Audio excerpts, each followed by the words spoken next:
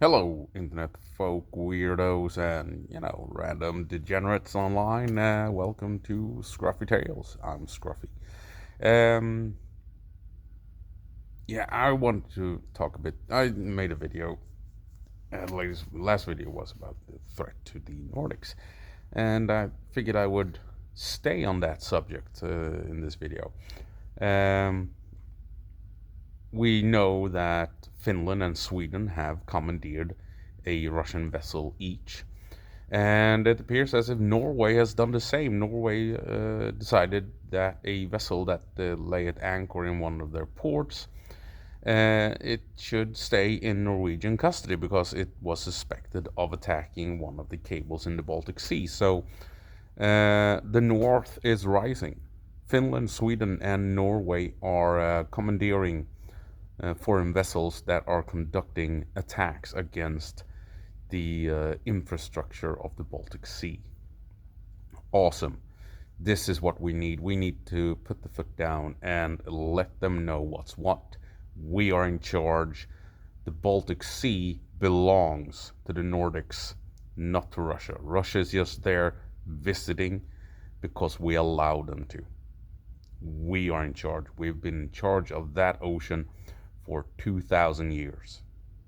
So, back the fuck off, or we will confiscate and commandeer every goddamn vessel in that ocean. Awesome. Um, the problem is, of course, this is not the only threat to the North these days. Apart from sabotage against railways and communication masts and what have you, mysterious drones flying around all over the place. Of course, we have Greenland and Denmark and the United States. So Trump is a wild card. We have no clue what he's going to do. But let's take a look at what the threat is here. Who is Trump and what is his associates doing? It's scary. It is what it is. It's really scary. It's looking a lot like a repeat of Germany in the 1930s. I shit you not. They are rounding up minorities, just asking for papers, rounding up even people who are citizens of the United States get rounded up. And the suggestion now is to send them to Guantanamo Bay, a base outside of United States jurisdiction, which means you can conduct torture without the risk of being ending up in trial for it, basically, right? Basically, a clear-cut concentration camp, right? You take a minority and put them in camps. That is a concentration camp. That is what the South Africans did in the early 1900s. That is what the Germans did in the 30s and 40s, right? And we're seeing it again. Rounding up minorities, or those less fortunate, or those that have no power, and putting them away in camps. And I mean, Trump's ally, Elon Musk, a South African who grew up with apartheid, does a weird hand wave and then also supports the German neo-Nazi party. Elon Musk openly supports the neo-Nazi party in Germany. Waves his hand around, you like, you know what.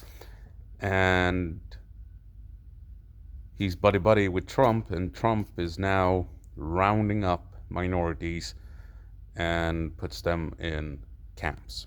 Have you seen the videos of the children being rounded up in camps? It's horrifying. And then you have J.D. Vance, the vice president, who is a devout Catholic and thinks that American women should give birth to more children. 4 or 5 children per family because they need more children in the United States for the workforce. Which means, with all those children, careers aren't really a thing anymore for women, which means they stay at home in the kitchen. And what did the Nazis want? They wanted women to stay at home, bear children, stay in the kitchen, and, go to church.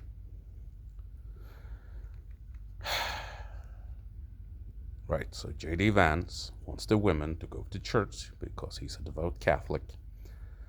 He wants them to stay at home in the kitchen and to bear children. And of course, Trump wants to expand the borders of the United States. He wants to take control of the Panama Canal.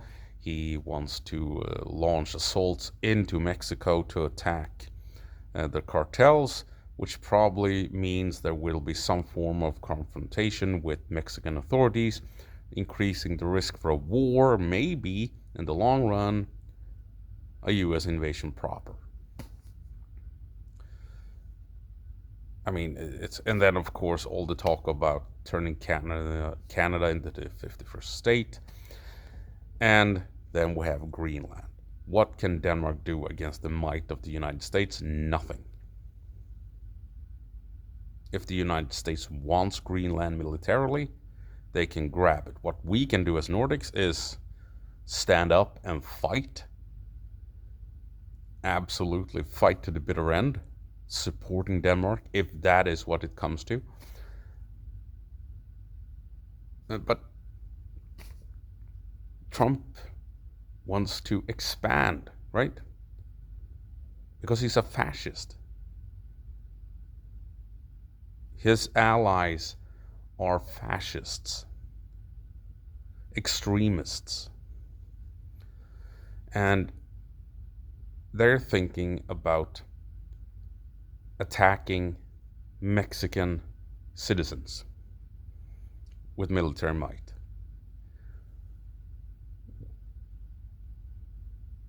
Who knows if they will put troops on Greenland and say this is now ours? I mean, he could do that on a whim just because, it's Trump. These are dangerous times. These are our enemies. In the north, we should be grateful that Ukraine is occupying Russia. Otherwise, we would see Russia somewhere within Finland. We would see Russia on Gotland, the island in the middle of the Baltic Sea. No doubt about it. And now we have fascists and tyrants in the West, in the United States. And they could well and truly try and grab Greenland. And it's fascism, tyranny.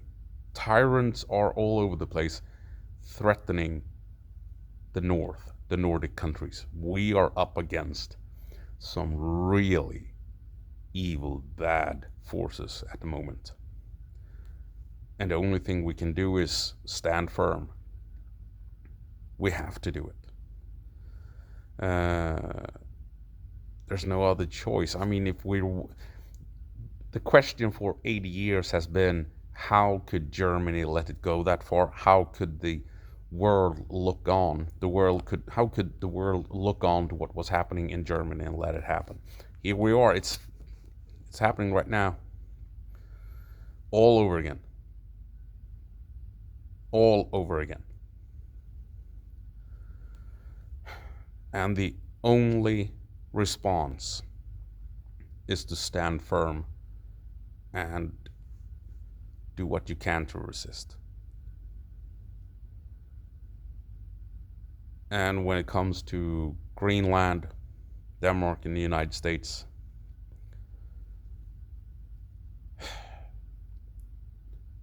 in 1981, Russia threatened Sweden with a squadron of warships ready to enter Swedish waters to bully Sweden into submission so that the Soviet Union could could get away with what they wanted to get away with. And Sweden responded with getting fighter jets in the air, getting submarines in the ocean, and having soldiers ready, armed and ready. The threat of force from Sweden forced the Soviet Union to back down, and that allowed diplomacy to win the day. Trump only respects force. If we want to put a stop to this nonsense here and now, we must respond with the threat of violence. It forced the Soviet Union to back down. It will force the United States to back down. And with the threat of violence, we can then sit down and talk and work things out, hopefully. Because if we give in and, they allow Germany to have a piece of Czechoslovakia, they allow Germany to annex Austria and all the other places, and then they went for it and grabbed half of Poland.